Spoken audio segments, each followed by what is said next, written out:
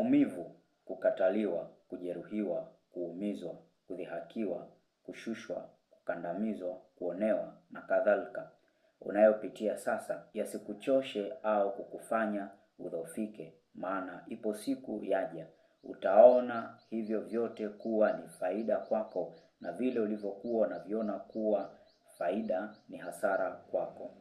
Hayo unayopitia sasa ni msingi na nguzo ya kukufanya uwe imara katika kesho yako usiyoijua. Hayo yote yanakupa uzoefu na yatumie kama darasa la kukufanya ushinde mitihani inayokuja mbele yako. Yaweza ikawa ndiyo upo kwenye mtihani wa kuingia darasa lingine. Kwa hiyo piga moyo konde na kabiliana na hofu iliyo ndani yako.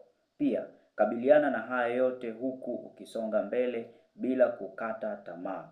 Wakati haukusubiri na hayo yote yatapita. Ni kama milima na mabonde katika njia ya mpambanaji. Ni ujumbe ambao unaweza kukusaidia kupiga hatua ama kuona kwamba maumivu na kukataliwa, kudhihakiwa na mambo kadha wa kadha ambayo unayapitia kwenye maisha sasa kuwa ni nguzo msingi ya mafanikio katika maisha yako.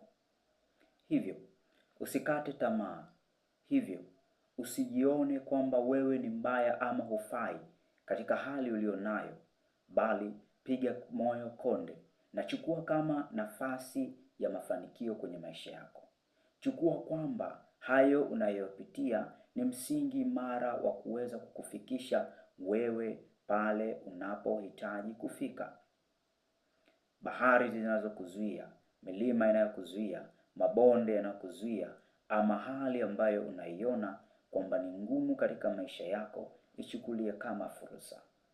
Maumivu unayoyaona ama hali yoyote unayoiona ndani yako ama nje yako, ichukulie kama chanzo cha mafanikio katika maisha yako.